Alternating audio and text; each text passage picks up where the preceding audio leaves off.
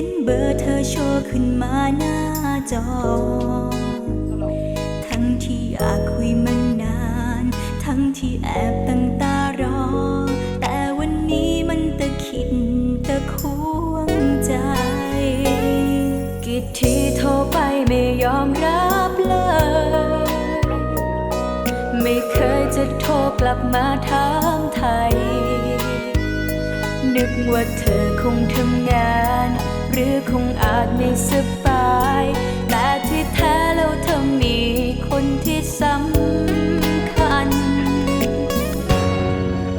มีเวลาโทรมาด้วยเหรอได้ข่าวแฟนเขาคอยคุมแจทุกนาทีแล้วฉันจะดีใจหรือเสียใจกันดี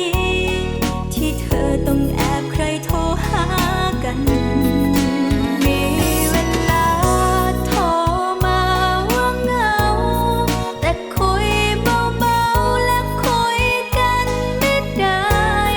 นานๆถ้าอยากเย็นขนาดนั้นก็อย่าโทร